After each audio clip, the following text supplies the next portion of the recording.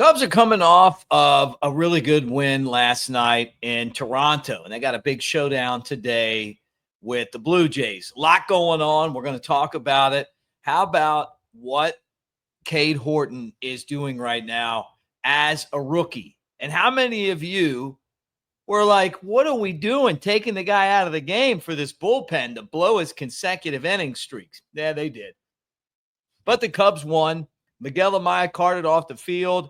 Owen Caissie coming to the big leagues. Matt Shaw does it again. And what a pitching matchup we have today between the Cubs and the Blue Jays. All that on the Cubs Baseball channel. Like, subscribe, thumbs up, get in the comments section, hit the bell. We went live last night when Owen Caissie got called up.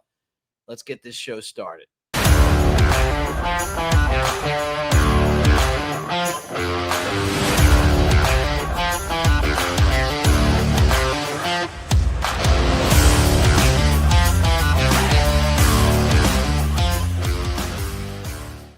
What do you say, everybody? Mick Gillespie, Cubs Baseball Channel, and it is a pleasure to talk to you guys today, even you Cardinals fans that are hanging around trying to figure out what's going on with the Cubs. Well, lots going on with the Cubs right now, and it starts with this guy right here, Cade Horton. Did it again. I mean, what an amazing rookie season this guy is having.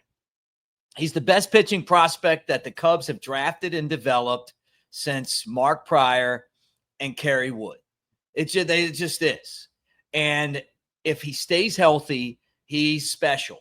He's dominated at every level, and he's dominating again at the major league level. He's exciting to watch when he's out on the mound. There's so many different things that he can do, and he, to me, is the future of this Cubs rotation. And I've said it before. When he came up, he outpitched Justin Steele. He outpitched Chris Archer. He outpitched, maybe not Kyle Hendricks, but at the same level, different than Kyle Hendricks just because of the way that he can dominate. And he's got overpowering stuff. The slider, then you mix in the fastball, what he's doing right now with his curve. He's got an arsenal. And he pitches mean. And I'm seeing that confidence now. You know, he's not afraid to come inside with pitches. And he just had one of the greatest streaks of scoreless pitching come to an end last night. And it was 29 consecutive innings that came to an end. Jesse Rogers said that Clark Schmidt of New York had 28 and a third innings. It was really amazing watching rookies pitch like this. Fernando Valenzuela was by far the best rookie pitcher, pitching without giving up any runs. You remember back in 81, Fernando Mania, loved him. Michael Fulmer, you guys remember him, 30 and a third innings. Earl Hershiser in 84 had 32 innings. Then Cade Horton, since 1974 for rookie starters, had the fourth longest consecutive inning scoreless streak. That really is phenomenal. The part of it that bothers me the most is he gave up a hit and a walk, really a walk and whatever it was, right? 2 outs, 2 on, and out of the game he goes. And of course, the bullpen comes in and immediately blows it. Look, we won the game. Kittredge got the out to end the inning, and I guess that matters. But, man, I just would have rather seen him go out there and get one more out. You know, I don't feel like he's one of these guys that we need to be worrying about third time through the lineup. I think he can get these guys out. I think he can get the best of the best out. Those other players on that list got a chance to end it themselves. What sucks about this is that it was the bullpen that came in and gave up the run, not him. And even though it's a run charge to him, he didn't give up the hit. You know, look, if they'd hit a 3-run homer and won the game, yeah, I get that. But you know what? At the same time, I think at some point you got to trust the guy that you have out there on the mound. It would have been nice had they let him go out there and see what he could do, get this thing to 30, get it to, get out of the game.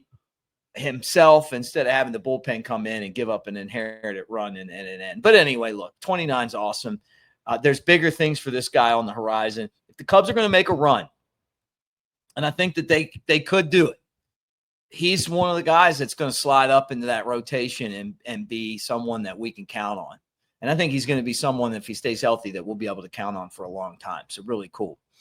Bad moment in the game last night. Miguel Amaya hustling the first base, finally gets back and hits the bag, hits the leg of the first baseman, and down he goes.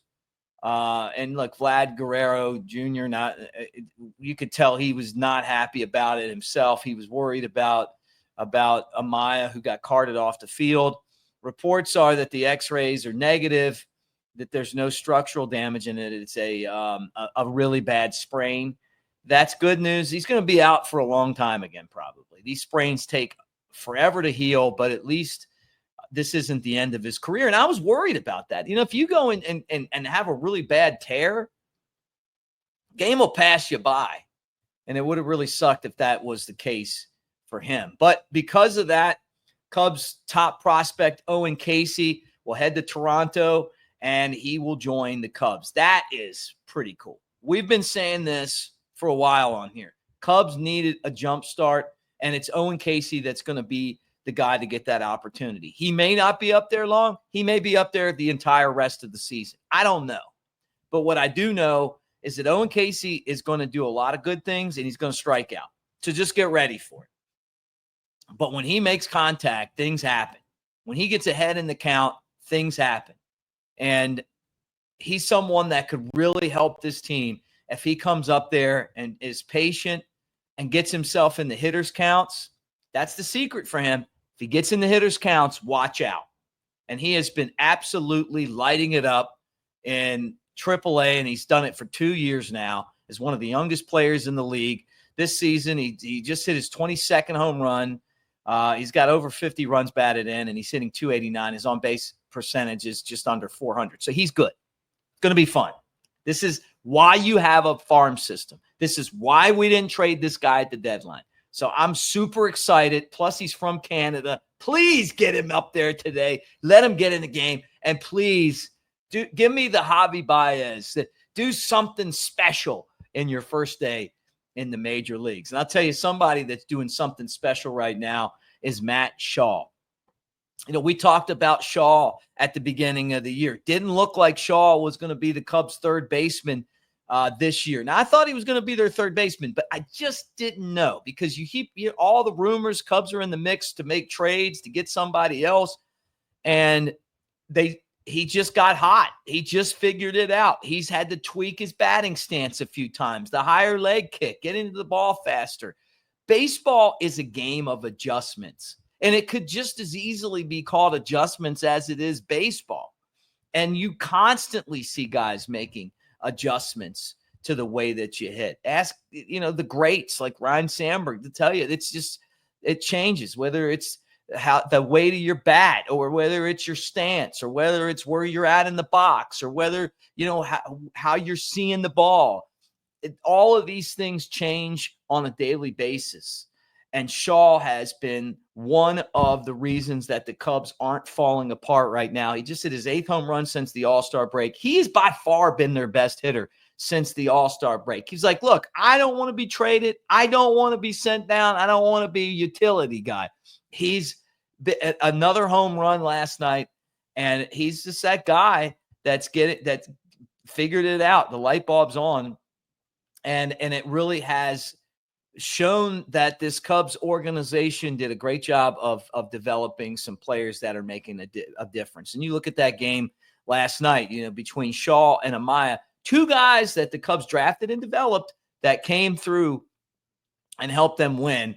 And hopefully more of that will continue to come. So the last thing I want to talk about is today's game. You're talking about a 207 affair in Toronto. Cubs need to win to get the series. It would be great to win that series in Toronto. I like the pitching matchup a whole lot. Max Scherzer, 2-2 with a 4.21 ERA, one of the all-time great pitchers of this era against Matthew Boyd, who's 11-5 with a 2.45 ERA. Cubs All-Star. He's been brilliant. This is a matchup that, you know what, has a playoff feel to it. Now, I know we wouldn't see these guys in the playoffs because they're in the American League, but maybe in the World Series, right? You never know. What I will tell you is that the Blue Jays are going to make the playoffs. The Cubs are going to make the playoffs. This is one of those games where you win this one, you walk out, you feel a lot better about the series. You go on the road and you win, and it helps. Look, the Brewers are winning every day. They've won 12 straight. They're on a roll right now. You can't even focus on them. And I've said that on here before. What they're doing is it feels a lot like the Seattle Mariners from, what was it, 2001, where they won 116 games. Then they get in the playoffs and they don't win. Like I think that's probably what I think. But I'm not going to tell you that the Brewers aren't, what they're doing isn't amazing. I mean, it is. Like, see them win all these games. Cubs can still do everything that they want to do this year, and that's get in the playoffs, make a run, and win a World Series. You got to do that by getting your team straight. And hopefully this move, Owen Caissie getting to the big leagues and joining this roster, maybe he makes an impact. Him and Pete Crow Armstrong have been teammates for a long time along the way. They're good friends. Be good to see kind of, hey, the sometimes just seeing how excited someone else is helps you do the things that you need to do and focus on the things that are going to make it for your success happen a little bit more. At least I hope so. Comment section, you guys do that. Get in the comment section. Tell me what you think. Thank you for being here again. And go Cubs. We'll talk to you after.